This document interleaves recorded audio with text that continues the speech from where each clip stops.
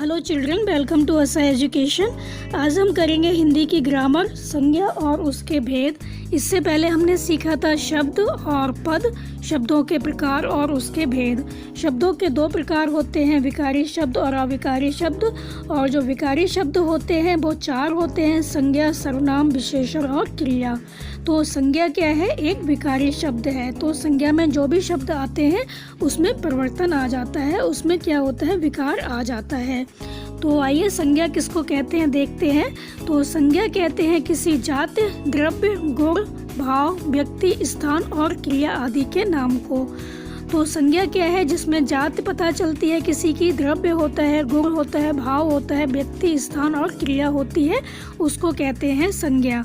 जैसे पशु, सुंदरता, व्यथा, मोहन, दिल्ली, स्थान। ये क्या है? दिल्ली स्थान हो गया। और मारना, मारना क्या हुआ? क्रिया हो गई। मोहन व्यक्ति हो गया, व्यथा किसी का भाव हो गया, और सुंदरता किसी का गुण दोष है वो हो गया, और पशु क्या हो गई? जाति हो गई।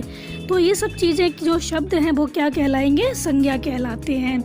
अब संज्ञा के होते हैं 5 भेद: जातिवाचक संज्ञा, व्यक्तिवाचक संज्ञा, भाववाचक संज्ञा, समूहवाचक संज्ञा और द्रव्यवाचक संज्ञा।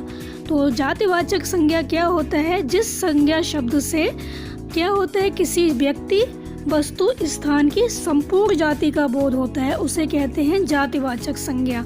जैसे मनुष्य, नदी, पर्वत, पशु, पक्षी, लड़का, कुत्ता, गाय, घोड़ा, भैंस, बकरी, ये सब क्या है? जातिवाचक संज्ञा है। तो हम जब कहते हैं मनुष्य, तो मनुष्य से हमें किसी एक व्यक्ति के बारे में नहीं पता चल रहा, बल्कि पूरी मनुष्य जाति का पता चल रहा है।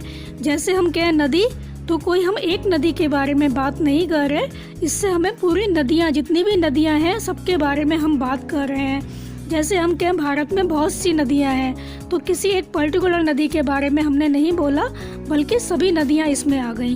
तो इससे क्या हुआ? संपूर्ण जाति का बोध हो गया। तो ये क्या हुआ? जातिवाचक संज्ञा हो गई।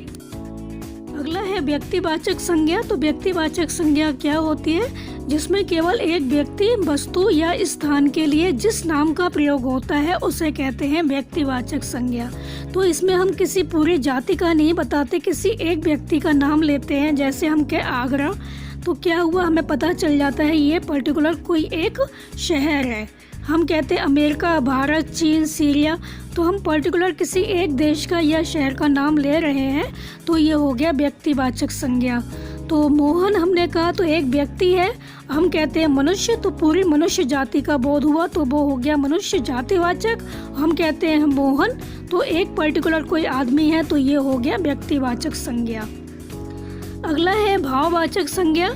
जिस संज्ञा शब्द से पदार्थों की अवस्था, गुण, दोष, धर्म आदि का बोध हो उसे कहते हैं भाववाचक संज्ञा।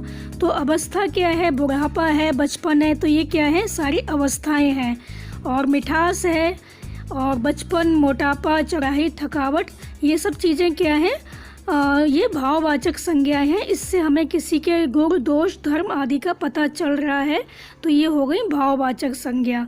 तो मोटापा है तो हमें क्या पता चल रहा है? कोई मोटा व्यक्ति है, उसकी हमें पता चल रहा है गुण दोष के बारे में कि वो कैसा है। तो ये सब हो गए भाववाचक संज्ञा। अगला है समुदायवाचक संज्ञा। समुदायवाचक संज्ञा किसको कहते हैं? जिन संज्ञा शब्दों से व्यक्तियों, वस्तुओं आदि के समूह का बोध हो उन्हें कहते हैं समुदायवाचक संज्ञा।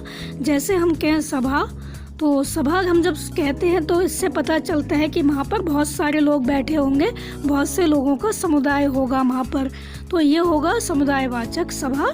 समुदायवाचक संज्ञा होगी। हम कहें कक्षा, तो कक्षा में एक बच्चा नहीं होता, बहुत से बच्चों का झुंड होता है, बहुत से बच्चे होते हैं, तभी कक्षा बनती है। तो यहाँ पर इस कक्षा क्या होगा? समुदायवाचक। ऐसे ही पुस्तकालय है, पुस्तकालय में एक पुस्तक नहीं होती, बहुत सारी पुस्तकें होती हैं, तो पुस्तकालय भी क्या होगा? समुदायवाचक। तो जहाँ पर बहुत से लोग होते हैं वहाँ पर होता है समुदायवाचक। द्रव्यवाचक क्या होता है? अगला है द्रव्यवाचक। तो जिन संज्ञा शब्दों से किसी धातु, द्रव्य आदि पदार्थों का बोध हो उन्हें हम द्रव्यवाचक संज्ञा कहते हैं। जैसे हम कहें धातु क्या हो गई? सोना, चांदी, हीरा, मोती, ये सब क्या हो गई?